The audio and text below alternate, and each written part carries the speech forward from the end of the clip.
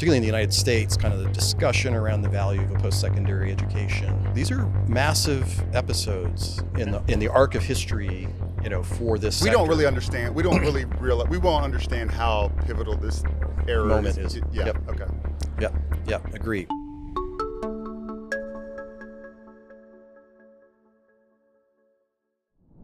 Welcome back to another episode of the Powercast. We're here in San Antonio, Texas, ISTE 2025. My special guest, Curtis Barnes, CEO of edtech. Curtis, welcome to the show. Thanks, Rick. Glad to be here. You're going to have to help me because this is my first time at ISTE, and I'd like to think of myself as having a decent background in tech, but that would probably be a lie. So help me understand, edtech, what's the mission? What do y'all do? What are the services y'all provide? Yeah.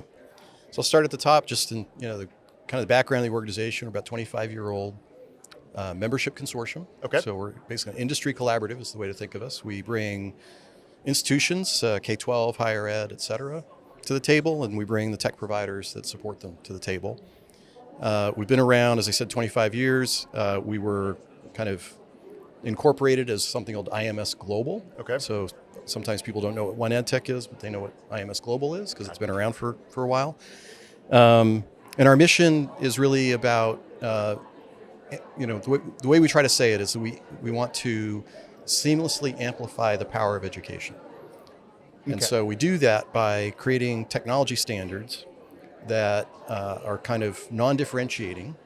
In other words, no tech provider is going to use the standard that we create or create a proprietary version of it.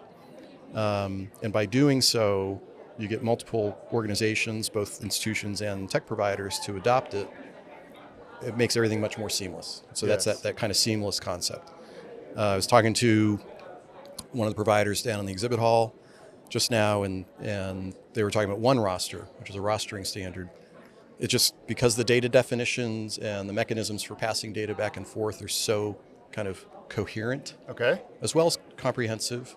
It creates a very clean data exchange. And because it does that across the whole ecosystem, you're reducing the cost of doing business, reducing kind of friction and barriers. And we like to think that innovation comes out of that because we let people focus on the things that matter more to kind of the individual product categories that they provide. I've got to imagine that getting everybody to the table and to agree upon some common sandbox standard, right, of how we're going to try to integrate together, I got to imagine there's some difficulty with that sometimes. Yeah.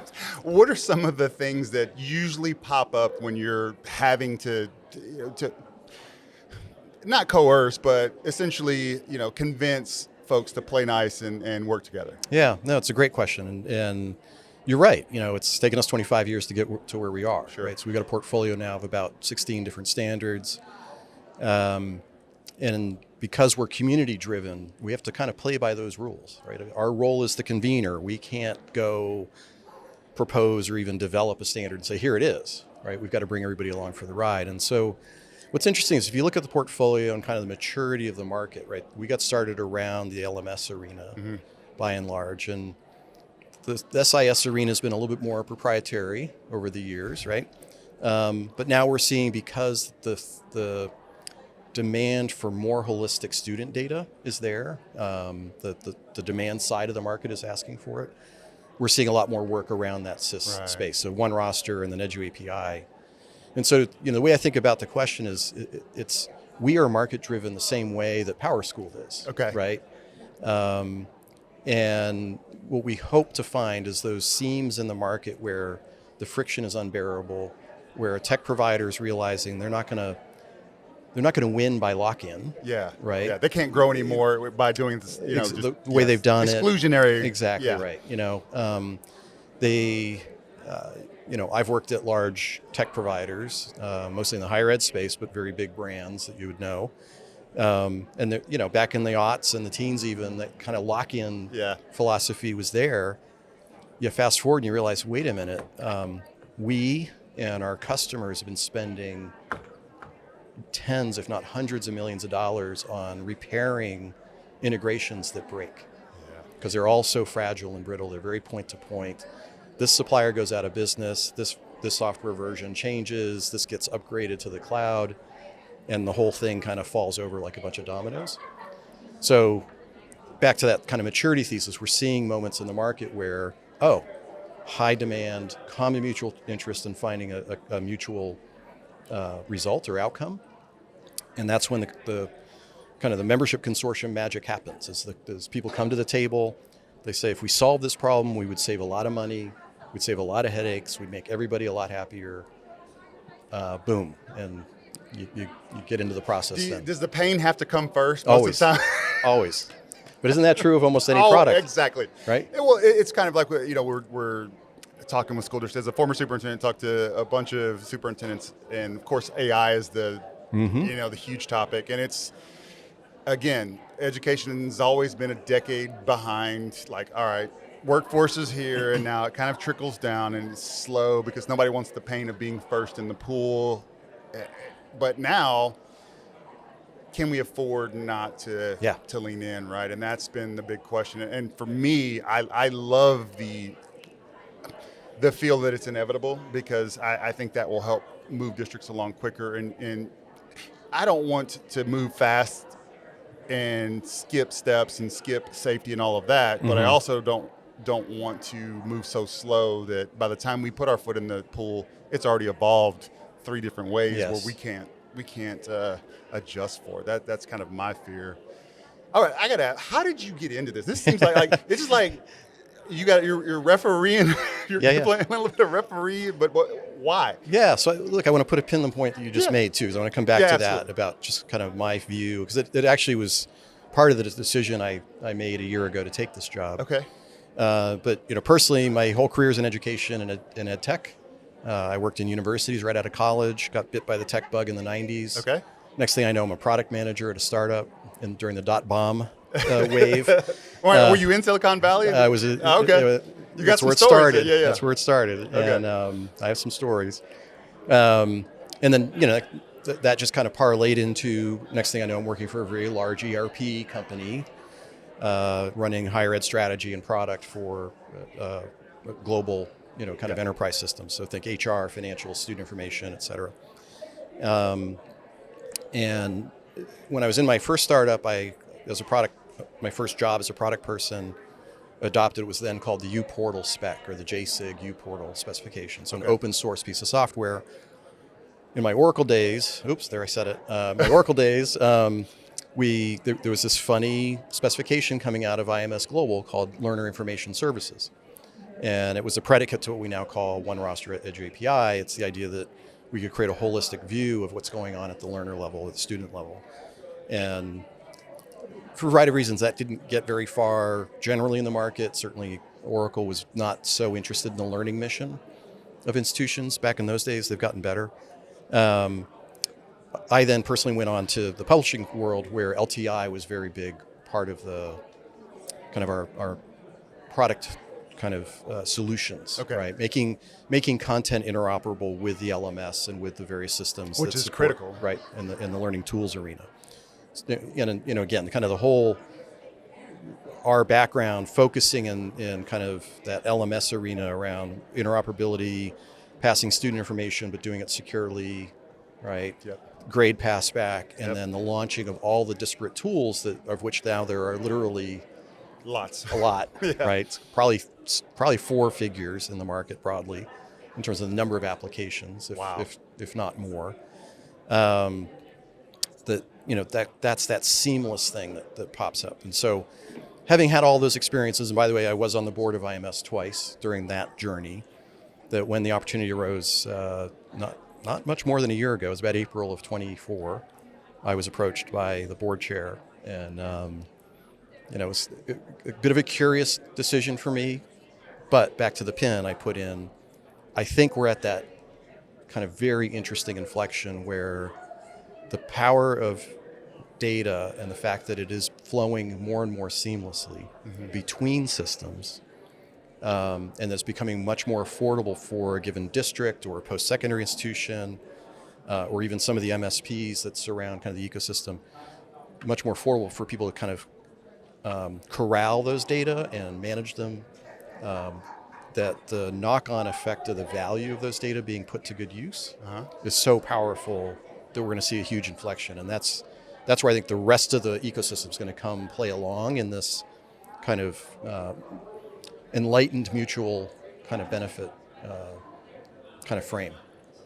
What could cause us, and I say us in the kind of the edtech space, Yep. education space, what could cause us to miss this opportunity or to Yeah. kick this opportunity down the road a little bit to our own detriment? And then on the other side of it, what should we do to leverage it fully? Yeah. So, kick it down the road, I would argue it's been kicked down the road for 20 years. Really? Yeah. Right. I think there's been a lot of kicking down the road. I sit in meetings and it feels very much like, 2008 all over again. So I've heard the same arguments, the same pushback, Right. the same hesitancy. We can't do that, or Yeah. strategically it'll work against us in the market, or on the institution side we can't adopt that, or we can't afford to do it, or we don't have the resources. And so kicking the can, inertia is often kind of the status quo Right. in a lot of organizations. Certainly, our market has a history of. There's no doubt. You can say it. K-12 higher ed, slow moving. Tend to be slower, risk averse. Sure. Like a lot of organizations, even in the broader commercial sector, they behave like they behave in a way that they're accustomed to what they've done. Right, that's comfortable. There's a comfort zone there, and unless there's real external pressure, it's easy to do the same thing again the next year.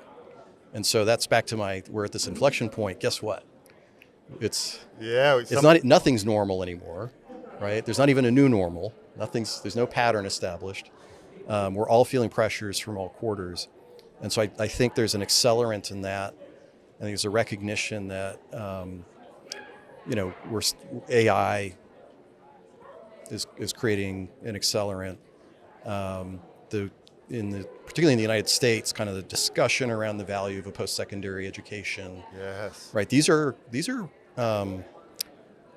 massive episodes in the arc of history.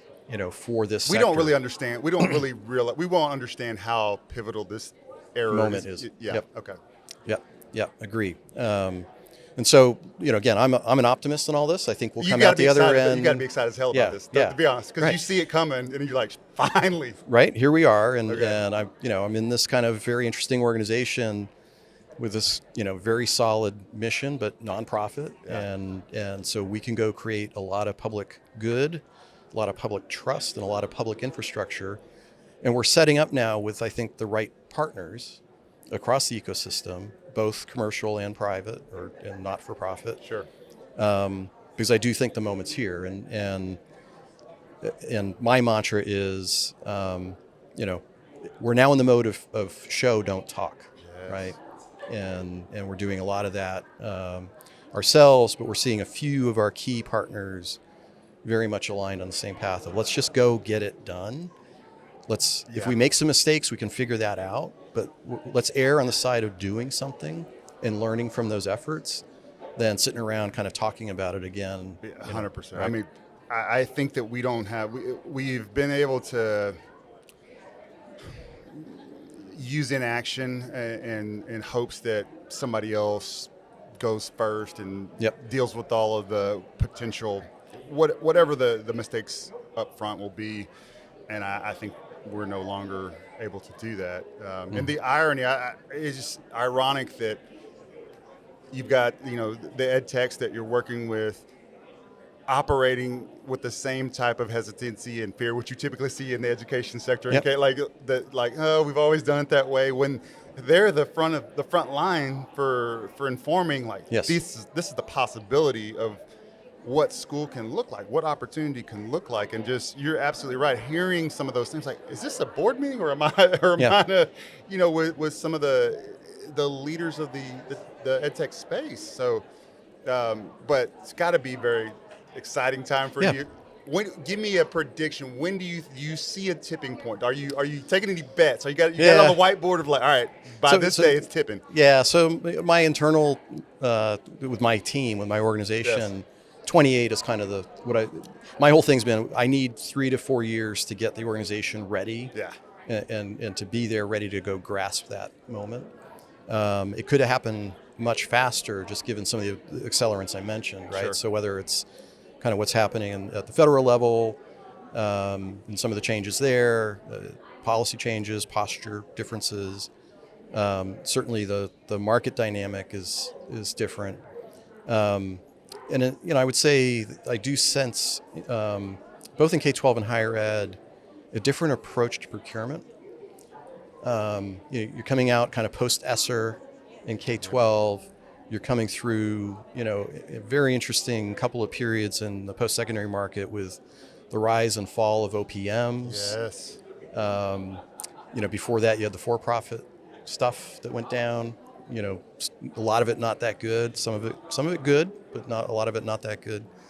I won't get into mentioning names, but let's just say that the funding markets, right, the venture markets, the private equity markets have maybe focused sometimes on the wrong things or trying to get to evaluation too quickly versus creating true value, enduring value. And those have created, I think, on that demand side, different attitudes toward procurement. Again, that's a role we play in this broader ecosystem. So in addition to kind of the tech standards, and then we have practice standards, really about their community-built rubrics for what does good look like. Sure. Right?